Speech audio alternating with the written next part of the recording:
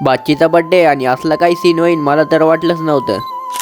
राम राम भावनो, ही गोष्ट आहे ना 17 जानेवारीची होती बरं का. पण आपल्याच ना व्हिडिओ टाकायला थोडंसं लेट झालं. आता व्हिडिओ लेट येण्याचं कारण असं होतं की आपण गेलो होतो भाऊ फिरायला आणि फिरून आल्यानंतर ना आपल्याला लागलं होतं काम. आता काम असं होतं की घरच्यांनी दिलं होतं भाऊ मला झोपून पाणी भरायला. मग आता आहे ना आपण दोन्ही व्हिडिओ शूट केले होते. म्हटलं तेवढेच टाकून देऊ आणि तुम्हाला खुश करून टाकू. आज ना माझ्या बाच्चीचा बर्थडे होता बरं का. मग काय आम्ही रेडी वगैरे झालो आणि निघालो होतो भाऊ आडगावकडे. मग आता आपल्या फर्निचरला आहे ना 8 वगैरे टाकला आणि डायरेक्ट निघालो होतो भाऊ आडगावच्या दिशेने. आता फक्त तुम्ही चष्म्याकडे पाहू नका बरं का, कारण की चष्मा आणलाय भाऊ मध्ये आयला. लासूरच्या रस्त्याचं काम चालू झालं भाऊ, लवकरच होणार गणू. पण आमच्या गावातला कधी होतो काय माहिती. सरकारचं काय भाऊ, दरवर्षी नवीन रोड बनते आणि दरवर्षी फोडी द्या, बाकीचं ठीक आहे हो. पण हे बाजूचे झाडं तुटले त्याचं काय होणार. आता आपण ना वाडगाव मध्ये पोहोचलो आणि दीदीच्या इथं आलो. बाचीचा बर्थडे आणि मामा काम नाही करणार असं कधी होईन का. लगेच आले आपल्याला काम लागलं होतं. आता काम असं होतं की आपल्याला आणायचं होतं भाऊ सिलेंडर. मग मस्त पैकी सिलेंडर नेऊन टाकला तिथं आणि दुसरा घेऊन घ्यायचा होता. पण तेवढ्यात एक बाजून अशी गाडी आली आणि डायरेक्ट मला ना काळ करून गेली ना. मनातल्या मनात त्याला 2-4 घोडे लावले आणि तेवढंच भेटले आपल्याला आपले फॉलोअर्स भाऊ. 2 जण होते बारके बारके. सिलेंडर दे म्हणजे ठेवून. मग काय त्यांना सिलेंडर द्यायला ठेवून आणि आपलं सिलेंडर आहे ना घरी येऊन पटकीला. आता आपल्याकडे आहे ना डेकोरेशनचं काम दिलं होतं भाऊ. मग मस्त पैकी डेकोरेशन वगैरे करून घेतलं. आता फक्त आहे ना केक कट करायचं बाकी होतं बरं का. मग मस्त पैकी ना सगळ्यांनी फोटो वगैरे काढून घेतले आणि लगेच केक कट करायला सुरुवात केली.